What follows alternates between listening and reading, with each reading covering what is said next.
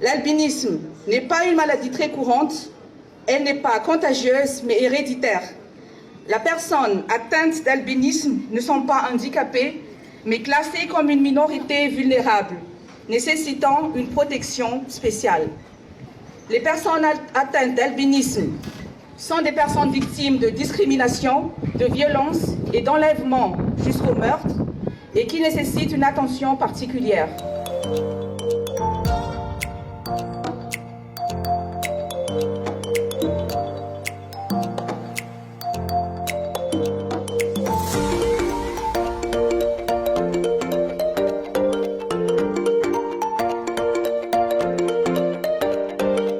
La région Anos connaît récemment un cas d'enlèvement d'un garçon atteint d'albinisme.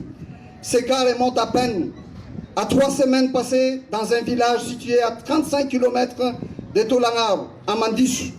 L'enfant a été retenu durant plus d'1 mois par les malfaiteurs avant d'être récupéré de force par la gendarmerie nationale.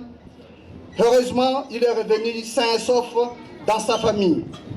Il est donc plus que nécessaire d'assurer la protection des droits des personnes atteintes de l'albinisme qui sont encore marginalisées et victimes de discrimination et de kidnapping à Madagascar.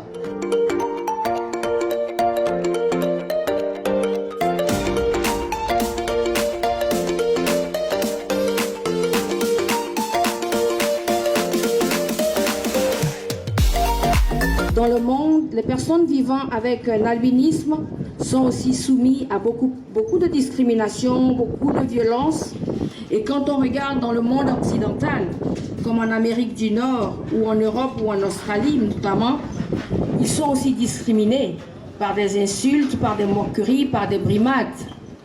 Mais en Afrique et ailleurs, ces personnes subissent au-delà de la discrimination, ils subissent des violences et des violations très graves, comme l'accès d'avoir des soins, l'accès d'aller à l'école et une éducation de qualité, et aussi souvent une protection juridique qui va jusqu'à leur ôter la vie ou des organes vitaux pour les vendre à des personnes qui en font des objets de mysticisme.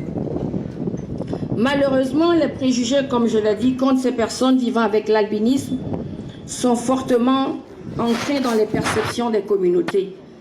Ce qui fait que ces personnes sont continuellement confrontées à toutes sortes de violences et de violations.